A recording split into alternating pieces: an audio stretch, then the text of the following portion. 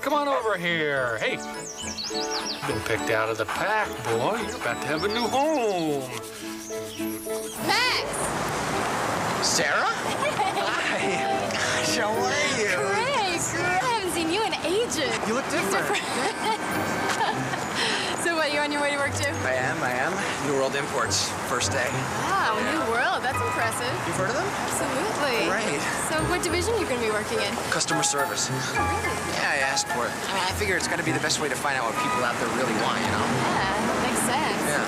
Well, listen, I got to run, but let's have lunch sometime. Yeah. Catch up on old times. I'd like that. See ya. Bye. Meet Max and Max.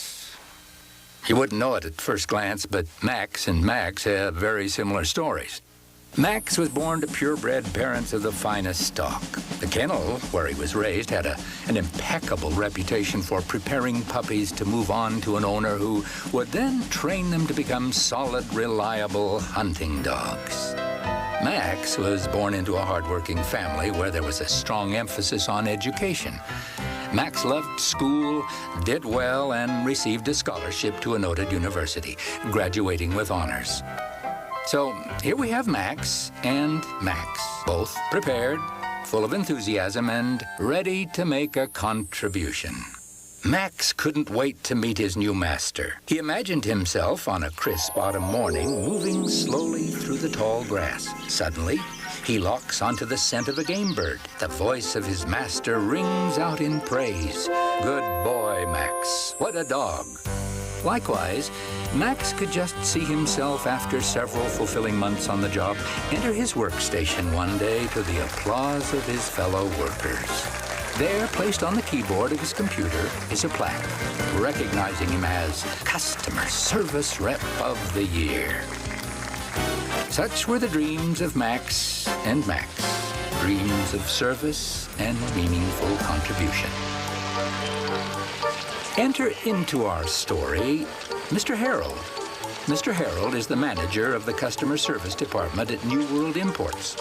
He's also the new owner of a hunting dog.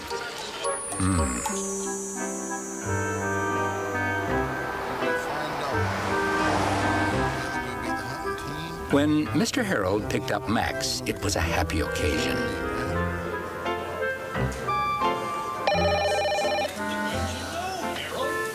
If you've got all these really great ideas, then put them to work in your own department. Okay? Likewise, when Max arrived at New World on his first day, Mr. Harold greeted him in an atmosphere of great warmth and welcoming. Mr. Harold talked to Max about his new home, about hunting, and about, well, life in general. Max listened. In his office, Mr. Harold told Max about the company's goal to put the customer first. Service, he said, as he showed him a nice custom version of the department mission statement hanging on his wall. And Max listened. Time went by. You ready to work on our basic skills this morning, boy? Max learned quickly. Sit, stay, lie down, front. All these were performed without hesitation. More than anything else, I want you to learn to stay on the lawn. Got that? I didn't buy you to go running and jumping in the water any old time you want. That's for me to decide. Then why did you buy me? He thought. Meanwhile, Max became intimately familiar with the higher meaning of practices and procedures. And they request something that falls outside of the guidelines. What do you say? I say I'm sorry, ma'am, or sir, but company policy doesn't allow me to do that. What is that referring to in this case, sir? Doesn't matter. It doesn't? Absolutely Then not. why did you hire me, he thought.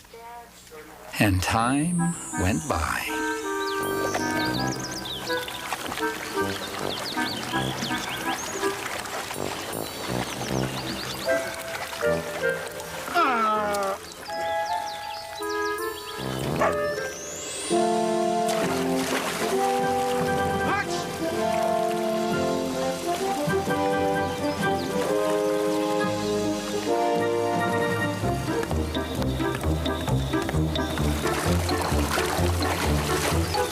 I told you not to leave the lawn. Now, what are you doing down here? Now, you get right back up on that lawn before I take a newspaper to you. Go on, you get. Get up on that lawn. Max was stunned. All he had on his mind was helping Mr. Harold. He had all this breeding, all this built-in know-how to put to use. The hat falling in the water was the perfect opportunity to be of service. So why is he so upset? He wondered.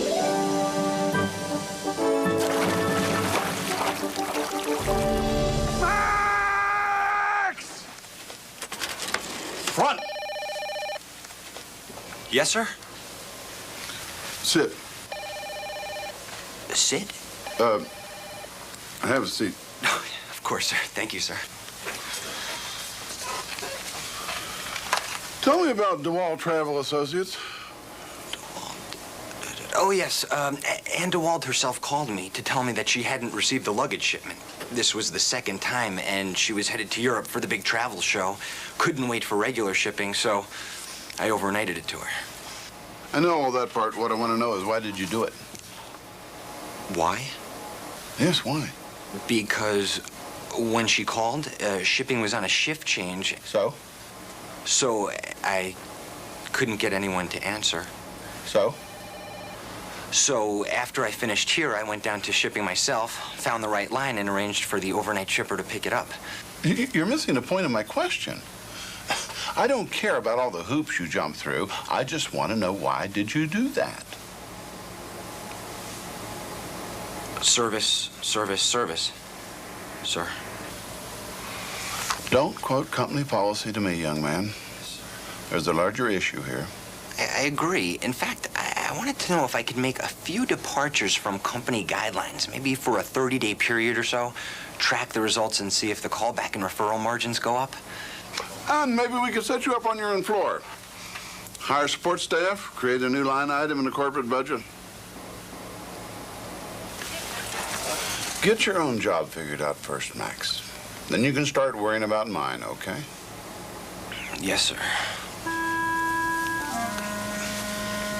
Now, Mr. Harold wasn't really a bad man, you see. In fact, he was really quite average. He just had a certain way of looking at his job, and he wanted those who worked for him, all those who worked for him, to look at their jobs in just the same way. Go get it, boy.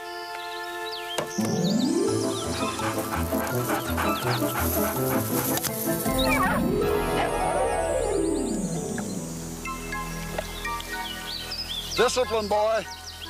Discipline. And so, as time went by, Max learned exactly what Mr. Harold wanted, and he did it. Likewise, Max put his all into following what seemed to be the real New World guidelines of customer service.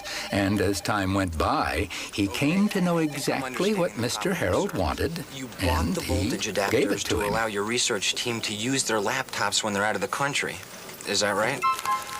But you have to understand, it is our policy not to refund or replace after 30 days. I'd be happy to refer you to our customer service supervisor. What will he tell you? I suspect he'll tell you the very same thing, sir. Very well then, sir. We thank you and we appreciate your business. Not that we'll ever get any more. What was that? I'm sure we'll see more and more. The days passed by. Things were going smoothly, just like Mr. Harold liked them to go. But then, one day... It's a big day, boy. You're going out in the fields. You're going to learn from the pros. So, you're going to get a chance to finally show what you can do. Oh, it's a challenge, I admit. But like we always say around here, challenge is just an opportunity we didn't ask for. So I want you to go out there and remember everything you've learned. Everything I've taught you. There are old customers out there we haven't heard from in a long time. Old friends. And you're going to go out and retrieve them for me. You're finally going to get to do what you've been trained to do. So, get out the elbow grease, strap yourself in, and go get it. The oration was meant to be motivating, no question, even inspiring. The best of intentions were attached to every word. Howdy, boys. How y'all today? I'll go get my gun and I'll be right out, okay? Max, come on, get in the truck. Max was truly excited to go out to the fields and flush out game, but he wouldn't leave the lawn. And Max learned quickly that no matter how sincerely he restated company policy to lost customers, they still had the same problems. Mr. Harold's lofty goals were not being achieved. Mr. Harold was perplexed. Get in that truck. At first, he tried encouragement. Look, boy, I don't know what the problem is, but see, you need to look at this like it's an adventure. That more than anything else is fun, because with each old customer you talk to on that phone comes an opportunity to make a new friend. Yeah, but they all hate me. Oh, I remember you. No, you're the one who said no. I understand, I do, but see those guys? They want to go. They're ready to go. And see their dogs? Their dogs are ready to go. You don't see those dogs lying around with their chins on the ground, do you? The question I'm starting to ask myself now is, why am I paying you the kind of money I'm paying you when this is what I get in return, huh? Can you answer me that? You are supposed to be the best that money can buy. And look at you. I give you your big chance, your big opportunity to show what you can do, and this is what you do with it? Come on. There's all that brains and education and ambition you walked in here with a few months ago.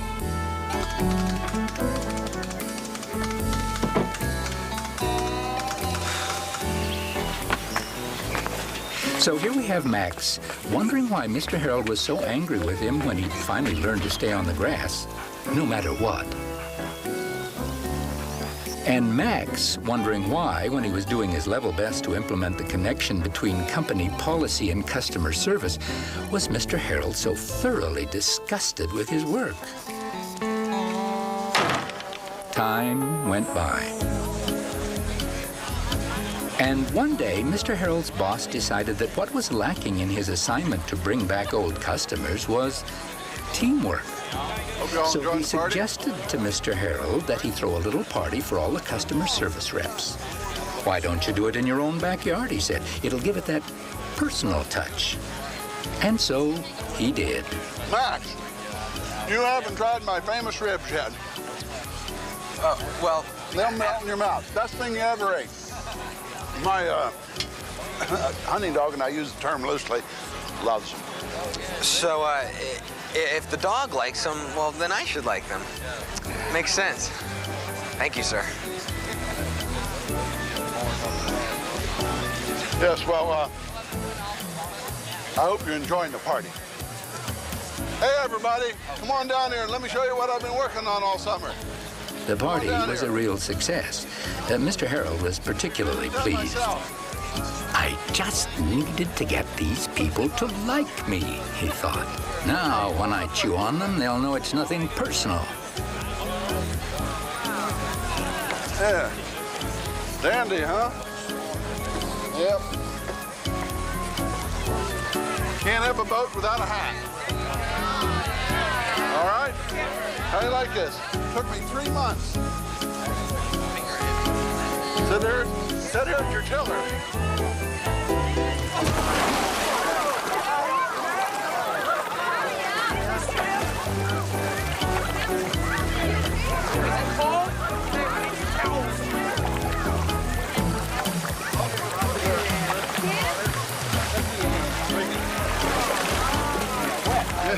You're going to the party. You're going to the party. I'll go change. Yeah, I'm fine. You know, just go on. I'll go change. And I'll be all right.